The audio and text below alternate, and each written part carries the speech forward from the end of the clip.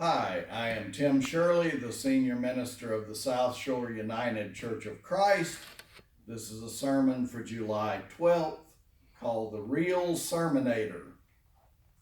My friend Jill Beerworth, a fellow UCC minister now serving in the Denver, Colorado area, jokingly refers to me as the Sermonator, a nickname she pinned on me because of my propensity for churning out sermon manuscripts at a dizzying rate of speed.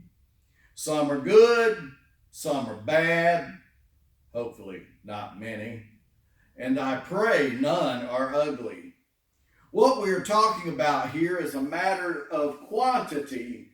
Quality is left to the imagination of the listening congregation every week.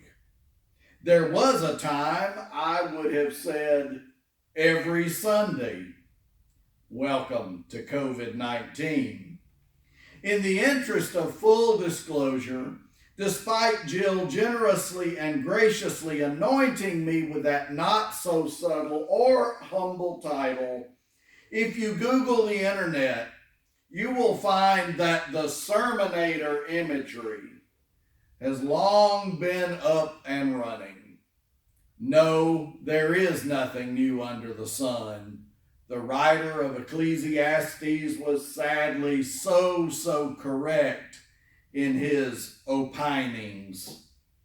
Yes, you can buy t-shirts and coffee mugs with Sermonator emblazoned right there for everyone to see. Yes, I may have to get one and wear it proudly. And I am sure my Java would taste so much better if gloriously served in such a fittingly righteous mug. Daring to open a window that usually remains tightly shut, I am not so sure that by and large church members ever stop and ponder the risk and reward, realizing the absolute transparent vulnerability that goes into every homiletical pursuit inherent in the preaching game. What we preachers go through in our preparatory processes, our internal machinations as we craft sermons. Each sermon reveals not only something about the text or texts chosen for the day. We at South Shore religiously follow the prescriptive guidance of the Revised Common Lectionary, but it reveals a lot about the preacher, her or his thought processes, including a window into the personal perspective and the psyche of the preacher for all the world to see. In many ways, we become an open book if we are honest, and our sermons are our own work product and not the byproduct of the internet or the property of some other source. We preachers do what we do with great joy and with much fear and trepidation, hoping that at least on occasion we say something informative, educational, and for me, challenging. Our hope is to offer a sermon that is at least pregnant with a sprinkling of devotional meaning, if not overflowing. That at least one individual in the room, it might be inspired, hopefully more, moved spiritually. My goal is to always challenge the mind while tugging at the heart. And that goal, in and of itself, is personally and professionally challenging and rewarding to the highest degree. I find it interesting and perhaps a sign that the content of my preaching is in the right place in the fact that while some people believe I am the best preacher they have ever heard, others would beg to differ and believe me to be the worst. Can't please everybody. I say all this in the way of introduction, not only to invite you into my weekly world of sermon preparation, where you are always on my mind. Shout out to a host of singers. But to call attention today to the real Sermonator. Yes, one Jesus of Nazareth. The irony of Jesus, the preacher man, was that even though his message was directly tied to the religious tradition of his birth as a faithful Jew, it is apparent that his presentation and delivery was evidently radically packaged in such a way to the degree that it angered and offended status quo.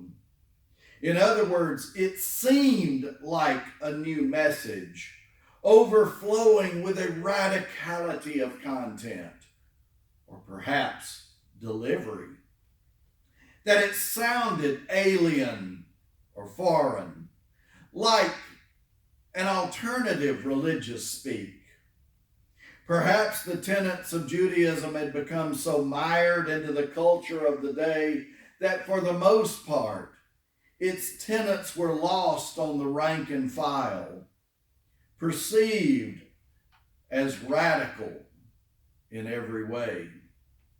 As we painfully know, Jesus consistently managed to garner the wrath of the religious leaders of his day.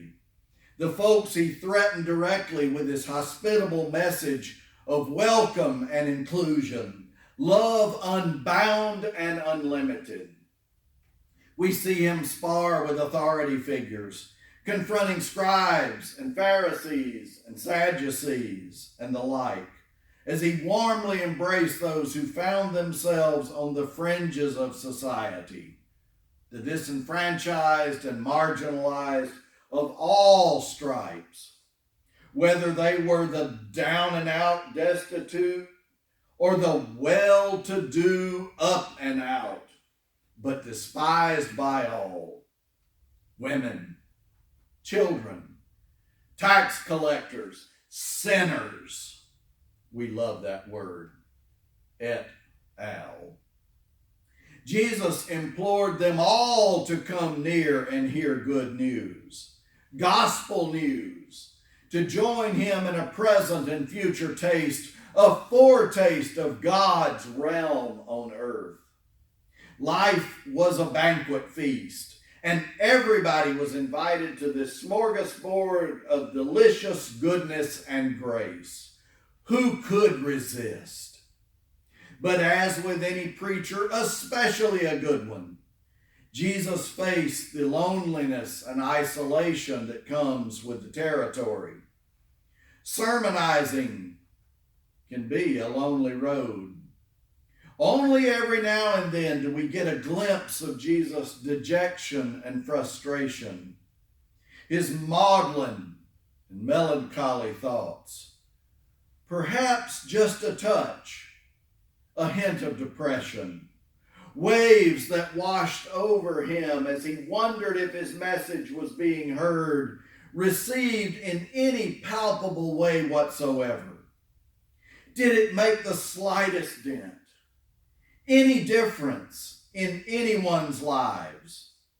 Did it have any positive impact whatsoever? And yet Jesus persisted, soldiering on, undeterred with his homiletical mission. We are all the richer for it when we read these Gospels, knowing that at their core, we have at least a sampling of Jesus' words and teachings. Today we find Jesus sitting beside a lake, until we do not.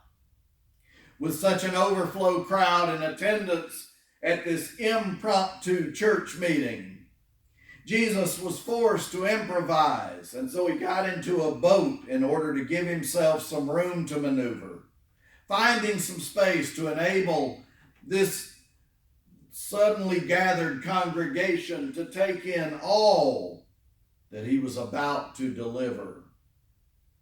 With his makeshift pulpit now firmly in place, Jesus began to preach using one of his most popular, most effective tactics, incorporating an ancient tradition in creative, compelling, and engaging stories called parables. No telling how old some of these tales were. Every preacher develops a style, has a shtick. For some, it is expository, for others, confessional, for still others, topical, textual, or thematic. Some use notes while others write full manuscripts. Me, for instance. Still others memorize or just flat wing it, making it all up on the fly. Yikes. Some use lectionary while others handpick their texts.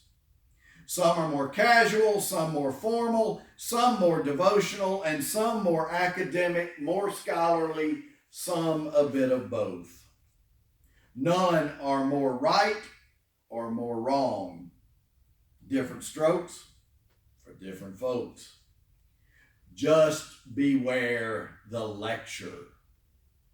Jesus had his own style, and that style was his use of story, incorporating the ancient medium of captivating and compelling parables that ironically were simple to interpret, but could somehow confound and confuse the most brilliant and brightest. Today we encounter the parable of the seed, the soil, and the sower. A narrative that is usually interpreted as an evangelistic tutorial. That is certainly an acceptable interpretation and adequate understanding. Nothing wrong with it, but as usual, I am looking for something more and am taking you along for the ride, hopefully creating an enjoyable homiletical journey for all of us. Here goes. Every day in this blessed life, we are so privileged to live.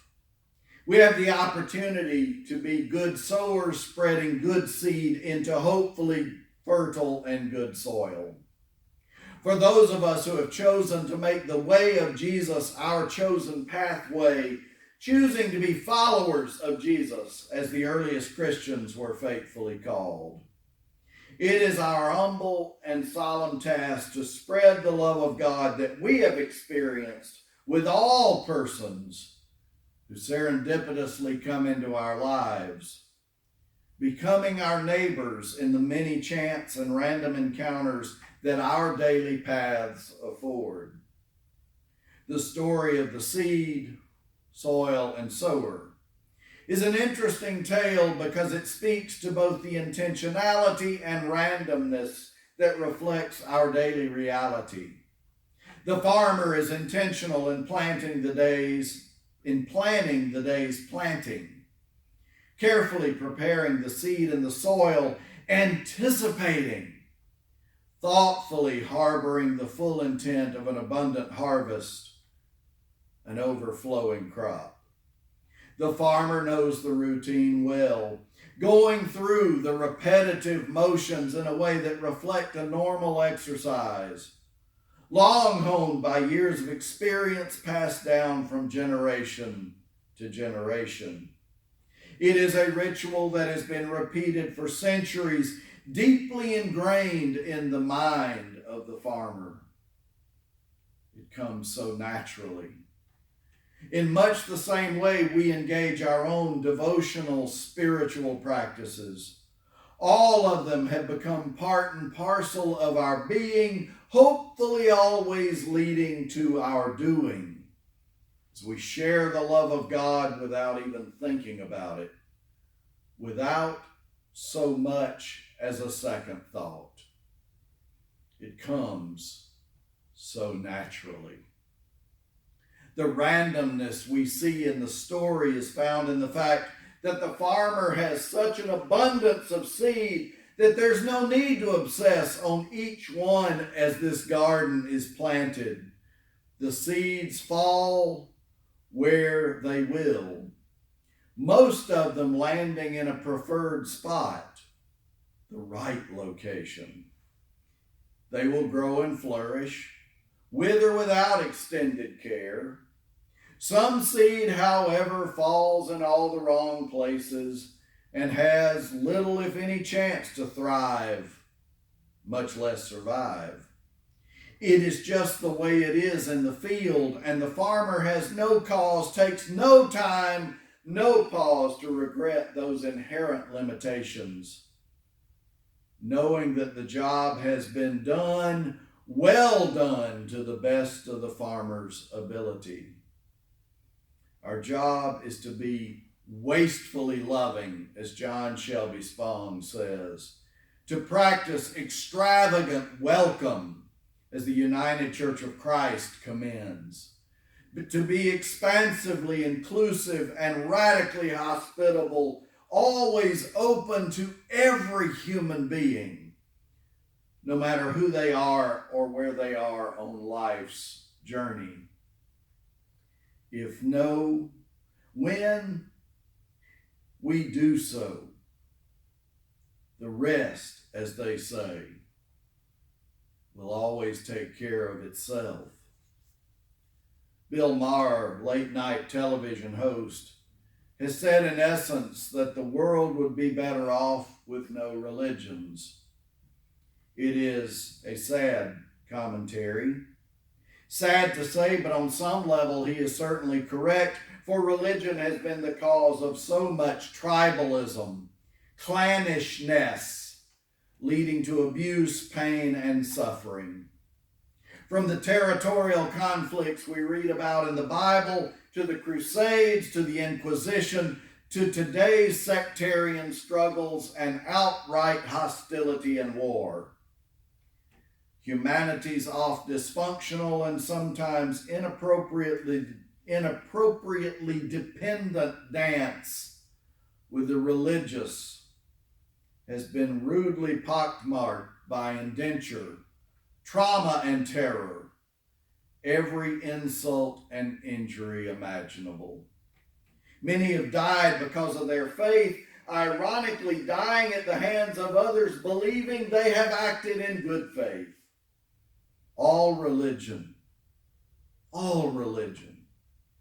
no matter what expression, by what name it is called, should reflect love, goodness, and grace, enhancing humanity in the pursuit of experiencing the presence of God, whatever constitutes holiness.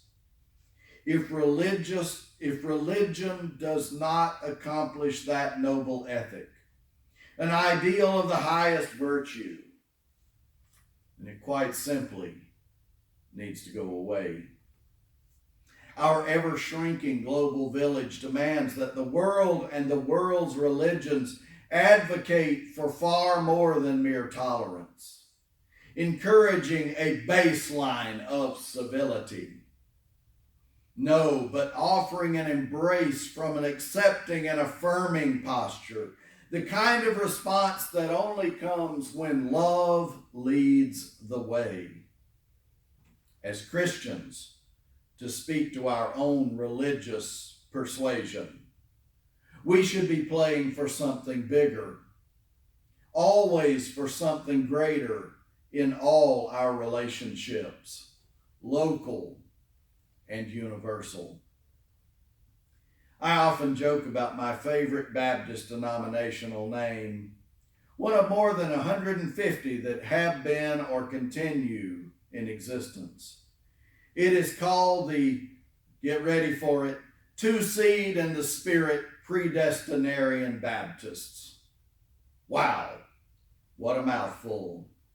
Leaning into the Reformed theology best articulated by the Reformer John Calvin, one of the big three, this branch of Baptist life believes that every person born is imbued with one of two seeds. Yes, predestined.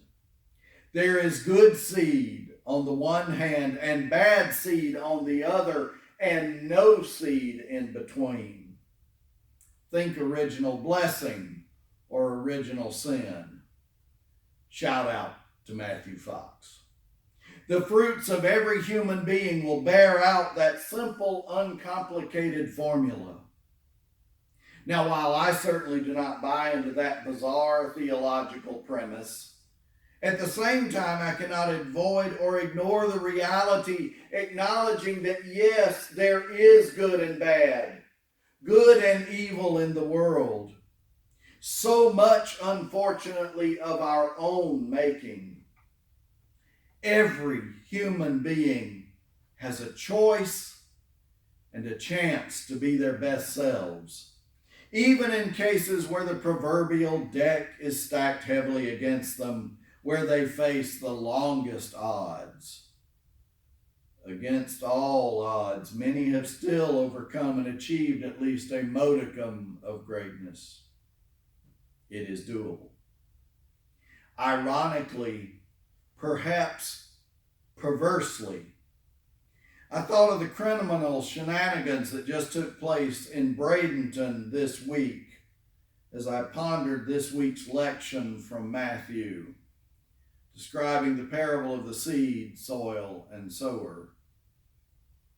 Here is a family, the mother interestingly nowhere to be found, choosing to take advantage of a situation and even worse, manipulating vulnerable, gullible people, adversely affecting those cowering in fear, living fearful lives amidst the highest anxiety during this COVID pandemic.